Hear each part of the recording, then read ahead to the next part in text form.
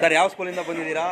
Sir ನಾವು Vijayapura district Sindagi taluk ಆಲ್ಗೂರು ಒಂದು ಕನ್ನಡ ಪ್ರಾಥಮಿಕ ಶಾಲೆಯಿಂದ ಬರ್ತಾ ಇದ್ದೀವಿ.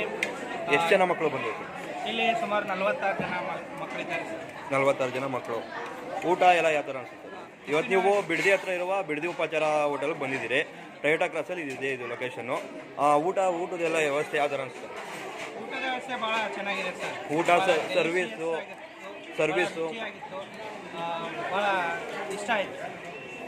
ಮತ್ತು ಮಕ್ಕಳು ಕೂಡ ಭಾಳ ಇಷ್ಟದಿಂದ ಇಲ್ಲಿ ಯಾವ ಥರ ಸರ್ವಿಸ್ ಮಾಡೋರಾಗಿರ್ಬೋದು?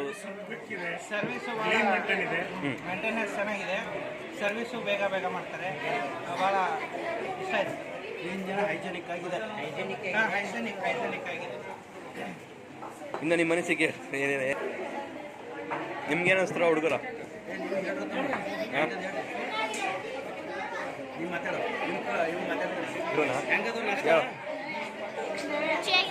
ಹೆಚ್ಚಾಗಿತ್ತಾ? ಆಯ್ತಾ?